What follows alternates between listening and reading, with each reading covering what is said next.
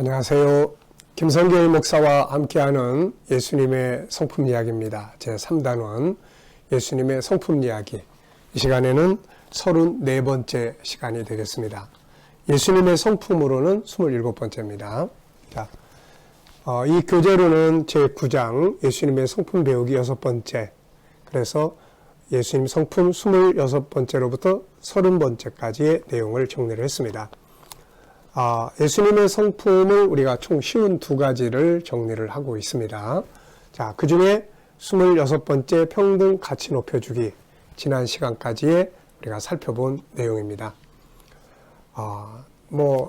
우리가 이렇게 많이 예수님의 성품을 정리해도 좋고, 또 그 중에서 난 10개만 내 일생 동안 지키며 살겠다라고 할 수 있어도 좋고, 또 난 5개만 꼭 기억하고 그 성품을 나는 살아가겠다라고 해도 좋습니다. 다만 우리가 예수님 안에는 이러이러한 모습, 이러이러한 성품이 그 안에 있었구나라는 것을 우리가 기억을 하시고 그것을 우리가 따라가려고 노력하는 것이 필요하죠. 성품이 우리 인생의 성공과 실패를 만들기 때문에 그렇습니다.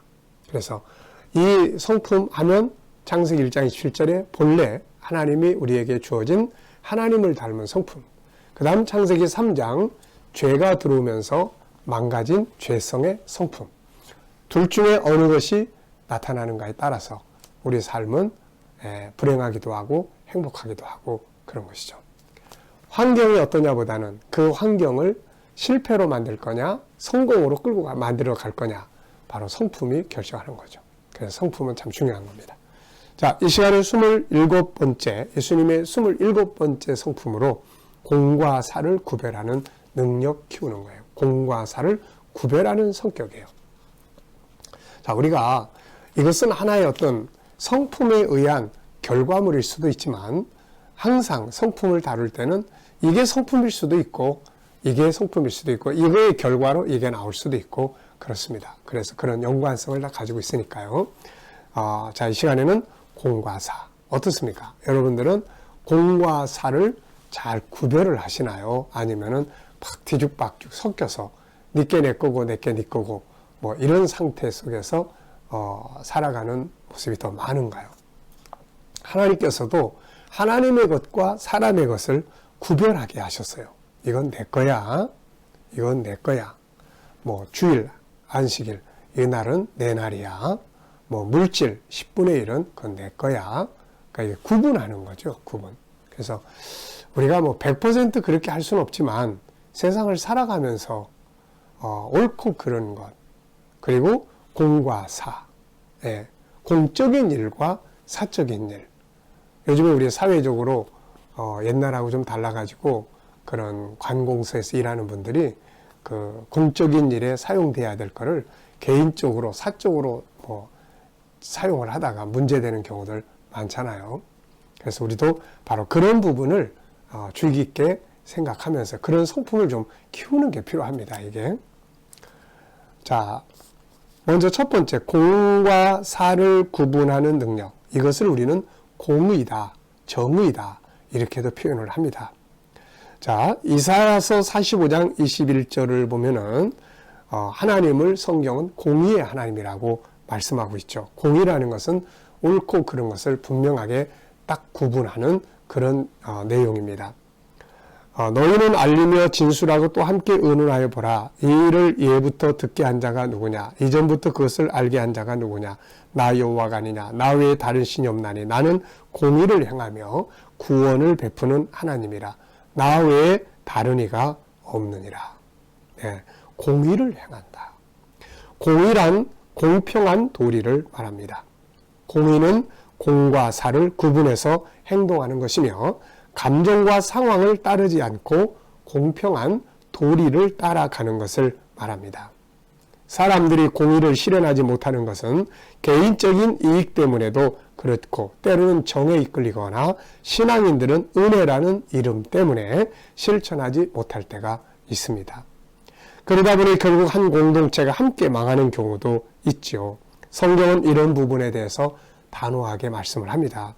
하나님은 공의 하나님이에요. 그 공의가 예수님을 십자가에 죽게 만든 거죠. 그냥 용서해 줄 수 있잖아요. 사랑이 많으시니까. 근데 그 사랑이라는 것도 공의를 포함해서 가야 되는 거죠. 공의가 없는 사랑은 이건 인간적 감정에 불과할 경우가 많은 겁니다. 그래서 우리가 이런 부분들, 하나님은 우리 인간의 죄를 그냥 용서하면 하나님의 공의가 망가지잖아요. 그래서 하나님은 값을 지불해 주신 거예요. 우리가 죄를 지어서 죽게 된 우리를 살리기 위해서 죽음이라고 하는 공평한 값을 지불을 하신 것이죠. 그래서 하나님은 공의의 하나님이다. 공의의 하나님이라고 했을 때 우리가 선을 행하고 좋은 씨를 뿌리면 항상 기다리면 되는 거예요. 하나님은 심은 것을 반드시 그대로 거두게 하시니까요. 근데 하나님의 공의를 믿는 사람들은 씨도 안 뿌리고 거두려고 한다면 이거는 헛된 기다림이 되는 것이죠. 하나님은 공의에 대해서 아주 단호하세요. 하나님은 적당주의가 없습니다. 하나님 앞에서 뭐 적당하게 넘어가는 이런 거 없죠. 하나님의 공의가 인간을 심판하시는 것이고 그 심판 때문에 아들의 목숨을 제물로 바쳐 인간을 구원하신 거죠. 공의가 없다면 십자가도 필요 없는 겁니다. 그러므로 십자가를 볼 때 하나님의 사랑만 보지 말고 하나님의 공의의 심판도 볼 수 있어야 하는 거죠. 예수님은 제자들에게 이런 부분을 명확하게 말씀했습니다. 공의, 공과 사, 공과 사. 마태복음 8장 21절에 보면 제자 중에 한 사람이 이르되 주여 내가 먼저 가서 내 아버지를 장사하게 하소서. 예수께서 이르시되 죽은 자들이 그들의 죽은 자들을 장사하게 하고 너는 나를 따르라. 마태복음 10장 37절 아버지나 어머니를 나보다 더 사랑하는 자는 내게 합당하지 아니하고 아들이나 딸을 나보다 더 사랑하는 자도 내게 합당하지 아니하며. 자, 어떤 면에서 보면은 예수님이 부모를 그러면 뭐 모른 척 하라는 거야? 이제 그런 건 아니죠. 공과 사죠. 부모를 공경하되 공은 공이고 사는 사. 예수님께서도 하늘 아버지의 뜻을 이루기 위해서 목숨을 바쳐요. 이거는 공적인 일이에요. 그 어머니 마리아를 요한에게 부탁하는 것, 이거는 사적인 일입니다. 주님은 공적인 일도 사적인 일도 굉장히 잘 구분해서 하신 거죠. 만약에 예수님께서 마리아를 엄마 때문에 나 십자가에 못 죽어 우리 어머니 때문에 만약에 이랬다면 사적인 감정 때문에 공적인 일을 무너지게 만든 것이고 그것이 결국은 자기 어머니까지도 다 멸망에 들어가게 만들어버린 거 아니겠습니까? 그런데 예수님이 공적인 일을 실천하시면서 그렇다고 해서 자기의 어머니를 외면하지도 않으시고 공과 사를 구별하면서도 잘 처리하신 이런 모습들을 우리에게 보여주셨습니다. 자, 성경에 보면은 우리가 창세기 21장을 보면은 아브라함이 이 정에 매여서 하갈을 내보내지 못하고 있을 때 하나님 아주 단호하게 내보내시잖아요. 이게 공과 사예요.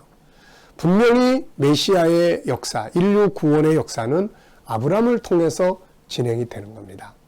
그런데 아브라함이 그냥 인간의 감정에 매여가지고 하갈을 취해서 아들을 낳는 바람에 하나님의 뜻도 막 얽히고 설키고 막 꼬이고 막 복잡해진 거예요, 이게. 그럴 때 아브라함은 막 고민을 하잖아요. 두 아내가 막 서로 갈등하고 싸우고 미워하고 서로 두 이백 형제가 서로 막 미워하고 이거 보면서 아브라함은 막 고민하는 거죠. 그때 하나님께서 아브라함에게 하갈을 내보내라. 이게 공의예요. 내보내라. 그러면서도 하나님은 하갈을 외면하지 않으시고 하갈을 도우시고 보호하시고 하갈의 아들 이스마엘도 내가 복을 주겠다 하시면서 말씀하신 것을 볼 수가 있습니다. 이게 공과 사거든요. 우리는 이런 것들을 잘 구분하지 못해서 막 뒤죽박죽 돼가지고 막 힘들어하는 경우가 많습니다. 우리 아이들이 성장하면서 이런 공과 사를 잘 구분할 수 있는 이런 능력을 길러주는 것이 참 중요한 거죠.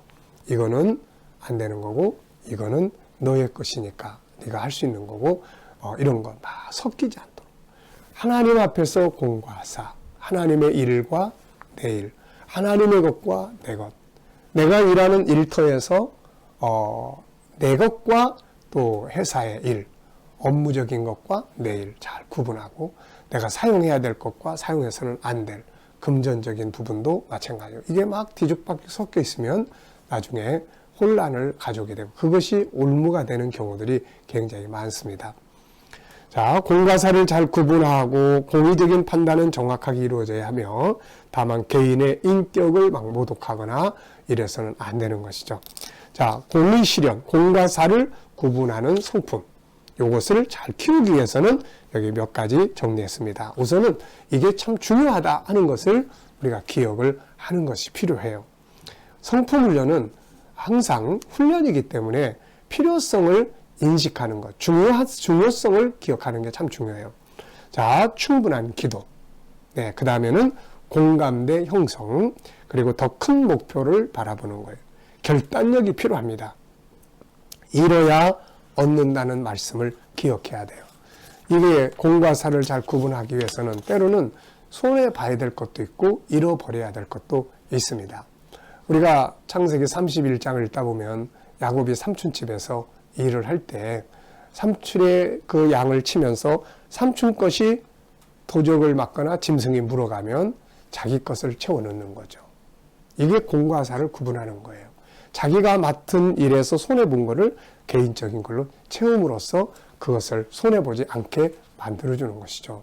이런 것들이 사람을 신뢰하게끔 만들어주는 거예요. 그래서 이 공과 사는 신뢰를 얻게 하는 아주 중요한 거죠. 아, 저 사람한테 맡기면 저 사람은 틀림없어. 저 사람한테 이 일을 맡겼을 때, 저 사람한테 돈을 맡겼을 때 자기 것과 이 업무적인 건 분명히 구분할 줄 아는 사람이야. 네, 이런 것들이 신뢰를 얻고 결국은 장기적으로 성공할 수 있는 사람이죠. 자, 이 시간에는 공과 사의 구분하는 성품을 잘 키우자 하는 것을 우리가 살펴봤습니다. 이 시간 말씀은 여기서 마치도록 하겠습니다. 감사합니다.